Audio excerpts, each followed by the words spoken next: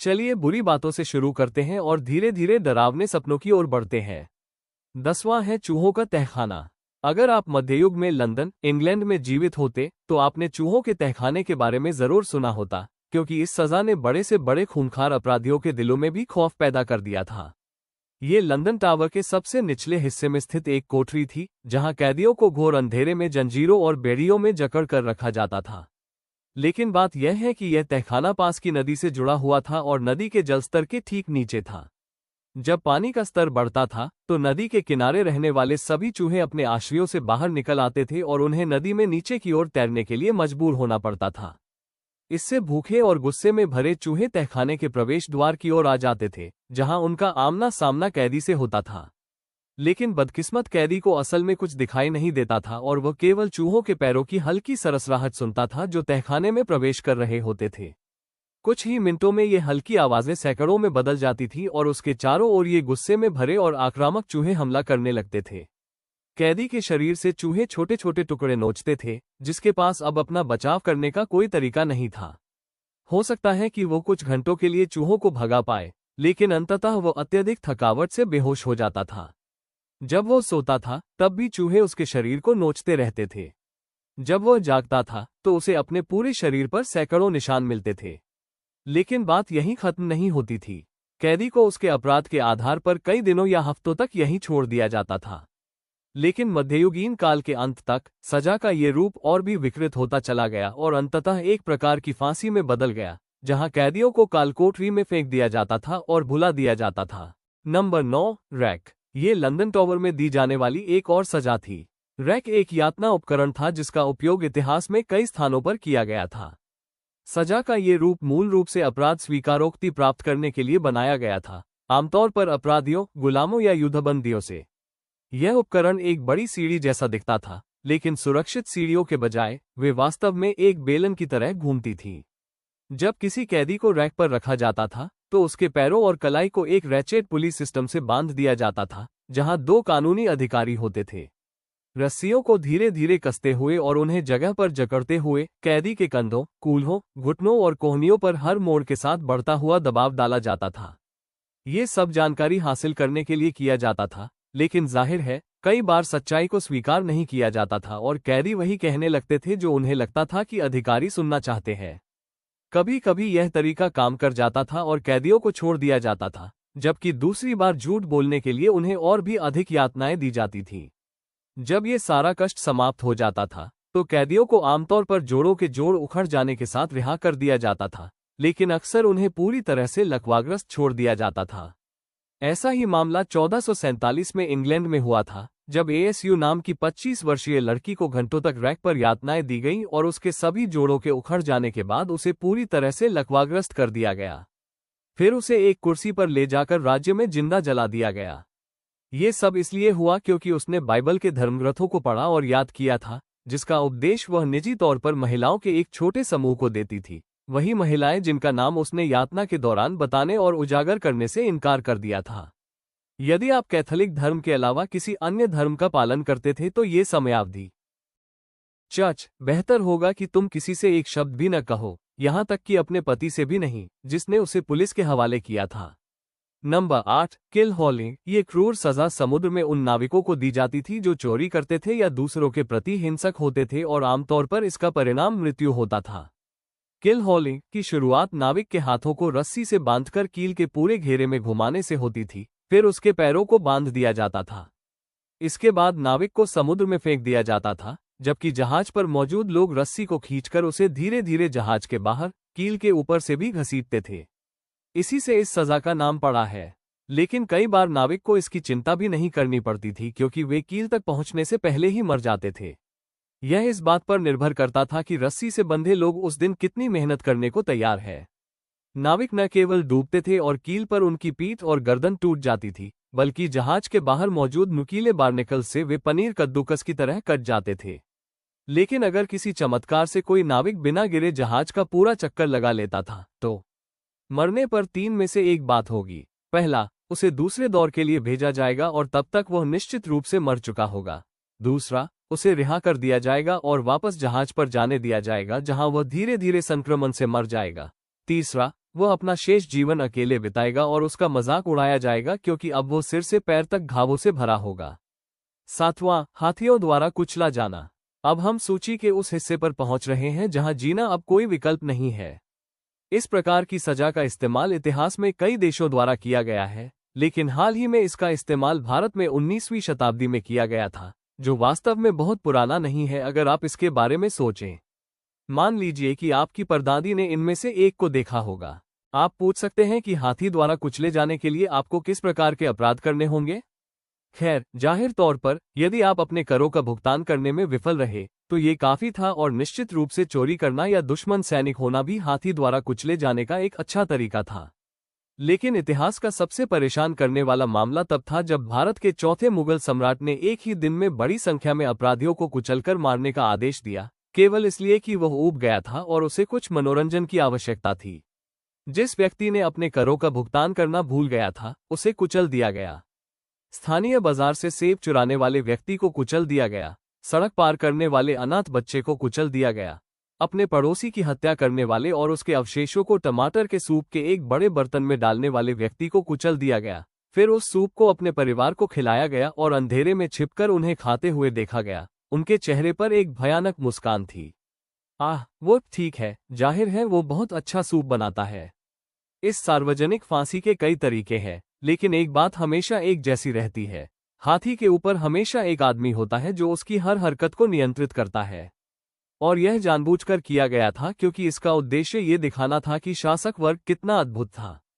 मतलब, उन्हें देखो, वे एक हाथी को नियंत्रित कर सकते हैं। अब प्रभावित हो जाओ। फांसी का पहला तरीका वो था जिसके लिए आपको प्रार्थना करनी चाहिए अगर यही आपका भाग्य होने वाला था। यहाँ अपराधियों के हाथ पीछे बांध दिए जाते थे और उनके सिर को एक चबूतरे पर रखा जाता था जहाँ हाथी के पैर से उसे अंगूर की तरह कुचल दिया जाता था। अब दूसरा तरीका कहीं अधिक क्रूर है। अपराधी को उनके हाथियों को पीछे बांध दिया जाता था और फिर उन्हें अपराधी के शरीर पर चलने के लिए निर्देशित किया जाता था, ताकि अपराधी पहली कोशिश में तो हाथी को बुरी तरह चोट लग जाती है, लेकिन कभी कभी वे किसी का पैर या हाथ कुचल देते हैं, इसलिए हाथी को यू टर्न लेकर बार बार कोशिश करनी पड़ती है। आखिरी और सबसे बुरा तरीका यह है कि एक प्रशिक्षित हाथी को धीरे धीरे व्यक्ति के अंगों को कुचलने के लिए निर्देशित किया जाता है। वे पहले हाथों को कुचलते, फिर पैरों को, और फिर अपने दांतों से उनमें छेद करते जाते, जब तक कि अंत में सिर या धड़ पर अंतिम प्रहार न कर दें। यह अधिक नाटकीय तरीका है जिसे चौथे मुगल जैसे शासक अपनाना पसंद करते थे, और यह चौथे मुगल को छोड़कर बाकी सभी के लिए वास्तव में एक दर्दनाक अनुभव होता था। उसे ये पसंद था। नंबर 6, इम्पेल, शायद सूची में सबसे घिनौने और क्रूर दंडों में से एक है। इसका उपयोग इतिहास में कुछ देशों द्वारा किया गया है, लेकिन हाल ही में 17वीं शताब्दी में मिस्र में इसका उपयोग किया गया था। आमतौर पर इसका उपयोग उन अपराधियों के खिलाफ किया जाता था जो राजमार्ग लुटेरे, कब्र चोर या कोई भी विद्रोह शुरू करने की कोशिश करता था। इस सजा की शुरुआत अपराधी को पेट के बल लेटाने से होती थी। उसके हाथ पीछे बांध दिए जाते थे। फिर उसके पिछले हिस्से को रेजर से चीरा जाता था ताकि उसका आकार बढ़ जाए, और जैसे ही वो चीरा लगाया जाता था, कट लगा दिया जाता था। खून को तुरंत रोकने के लिए शरीर पर पेस्ट लगाया जाता था। फिर एक लंबी लकड़ी की कील ठोकी जाती थी जो एक आदमी की बांह जितनी चौड़ी होती थी और एक सिरे पर नुकीली होती थी। इसके बाद वे हथौड़े से कील पर मारना शुरू करते थे, उसे और अंदर धकेलते जाते थे। जाहिर है, इस प्रक्रिया को आसान बनाने के लिए कील पर पहले से ही तेल लगाया जाता था। एक बार जब कील अपराधी के कंधे, सिर या मुंह से बाहर निकल जाती थी, तो समझो उसकी मौत हो चुकी थी। फिर उसे एक व्यस्त सड़क के किनारे हैलोवीन की सजावट की तरह रख दिया जाता था ताकि सबको याद रहे कि कानून तोड़ने पर यही होता है। उसे पूरे दिन वहीं छोड़ दिया जाता था और अगली सुबह शरीर से बदबू आने से पहले हटा दिया जाता था। लेकिन रुकिए, इसका एक और तरीका भी है। देखिए, कुछ मौकों पर अपराधियों को केवल इतनी गहराई तक ठोका जाता था कि वे वहीं फंसे रहें, इतनी गहराई तक नहीं कि उनकी तुरंत मौत हो जाए। इसके लिए वे ऐसी कीलों का इस्तेमाल करते थे जिन पर बैठने की जगह बनी होती थी ताकि व्यक्ति और नीचे न खिसक सके। फिर उन्हें एक व्यस्त सड़क पर रख दिया जाता था जहां वे घंटों तक दर्द सहते रहते थे, राहगीरों से मदद की गुहार लगाते रहते थे, जब तक कि आखिरकार अपने घावों के कारण उनकी मृत्यु नहीं हो जाती। पोएना कॉले, पीना कॉले, लैटिन भाषा का शब्द है जिसका अर्थ है बोरी में सजा, और यह वास्तव में बहुत भयानक और क्रूर सजा थी। ये सजा उन लोगों के लिए थी जो अपने ही परिवार के सदस्यों की हत्या करते थे। इसका प्रयोग सबसे पहले दूसरी शताब्दी में रोम में देखा गया था, लेकिन बाद में 18वीं शताब्दी में जर्मनों द्वारा इसका उपयोग किया जाने लगा। इसकी शुरुआत एक दोषी हत्यारे को मोटे चमड़े के थैले में बंद करने से होती थी, लेकिन ये सुनिश्चित करने के लिए कि वह अकेला न रहे, उसमें एक कुत्ता, एक मुर्गा, एक सांप और एक बंदर भी डाल दिया जाता था। पता नहीं इन जानवरों ने ऐसा क्या किया था कि उन्हें ये सजा मिली, लेकिन कम से कम परिवार के इस दुष्ट हत्यारे को अकेले तो नहीं मरना पड़ता था। जब सारे जानवर थैले में डाल दिए जाते थे तो उसे सिलकर बंद कर दिया जाता था, जिससे वो लगभग पूरी तरह से सील हो जाता था। अब आप सोचेंगे कि यह काफी भयानक है, लेकिन नहीं, ये तो बस शुरुआत है, क्योंकि थैले को सिलते ही समुद्र में फेंक दिया जाता था। लेकिन चिंता न करें, बाद में इन हत्यारों को दो विकल्प दिए जाते थे, या तो उन्हें चमड़े के थैले में बंद कर दिया जाए या उन्हें कोलोसियम में प्रदर्शन करने के लिए भेज दिया जाए, जहां वे अपने ही परिवार के सदस्यों की हत्या करने का कार्य कर सकते थे। अपने सभी प्रियजनों और साथियों के सामने बेरहमी से मार डाला गया। कम से कम उनके पास विकल्प तो था। चौथा विकल्प है चूहे। ये सबसे घिनौनी सजाओं में से एक है। मानव इतिहास और इसमें चूहों के उपयोग से संबंधित दो विषयों पर चर्चा की जाएगी। ये तरीका बहुत ही खराब था और बेहद गुप्त था, क्योंकि यह इसका उपयोग तानाशाह ऑस्टिन पिनोस के मार्गदर्शन में किया जाता था, जहां वो शासन करता था। 1976 से 1983 तक बिजली के लिए वे इसे रेक्टोस्कोप कहते थे, और मुझे यकीन है कि आप समझ गए होंगे कि यह किस ओर जा रहा है। हाँ, बिल्कुल यही बात है। आपको क्या लगता है कि वे कैदी के पिछले दरवाजे पर एक ट्यूब लगा देंगे? एक चूहे को नली के अंदर डाल दें, चूहा फिर उसमें बिल खोदना शुरू कर देगा। इन लोगों की हालत इतनी खराब थी कि वे वास्तव में इसकी उम्मीद कर रहे थे। इस दौरान कैदियों को सवालों के जवाब देने के लिए कहा गया। अंततः चूहा अंदर घुसने का रास्ता ढूंढ लेगा और बाहर निकलने का रास्ता खोजने के लिए आगे बढ़ने लगेगा। इस सजा से कितने लोगों की मौत हुई, यह कोई ठीक से नहीं जानता।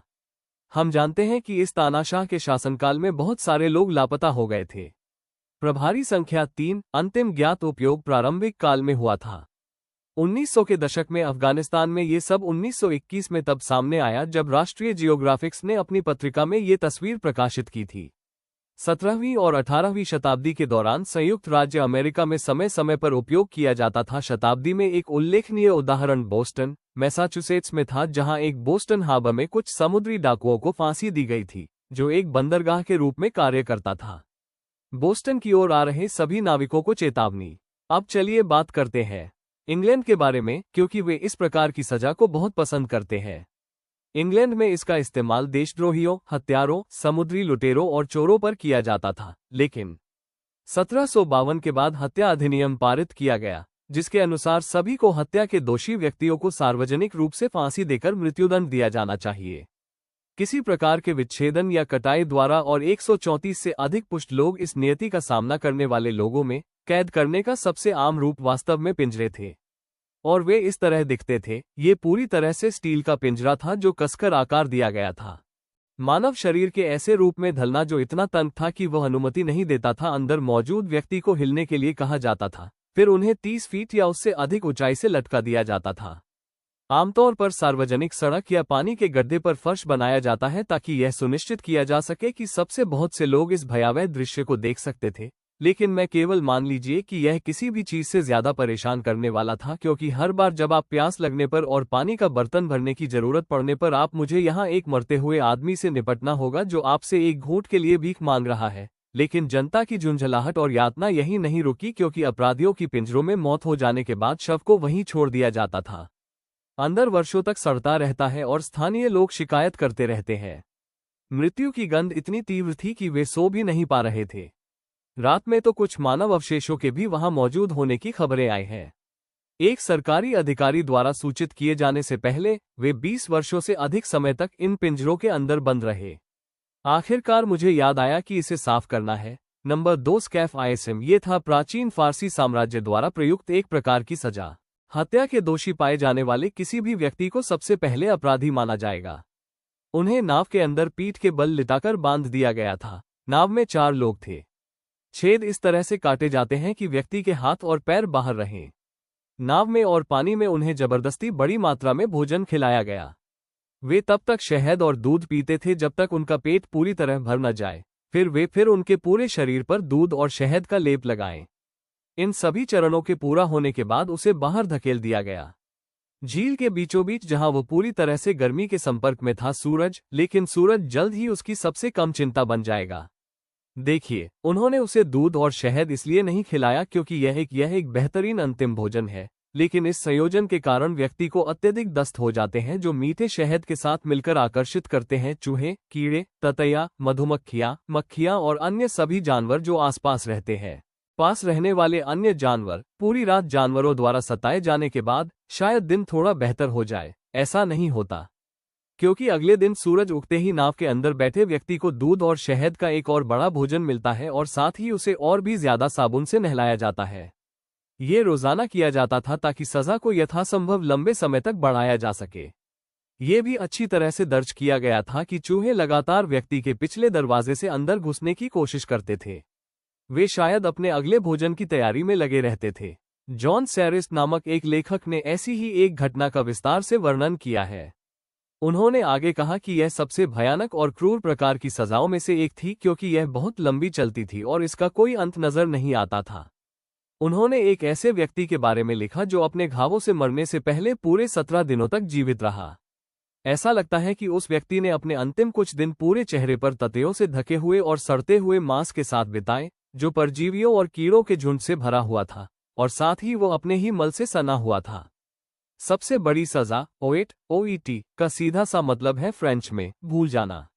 यह एक ऐसी सजा थी जिसका इस्तेमाल इतिहास में कई जगहों पर किया जाता था, जिनमें लंदन टॉवर भी शामिल है, जहां एक छोटा और तंग कमरा था जिसे लिटिल ईज कहा जाता था।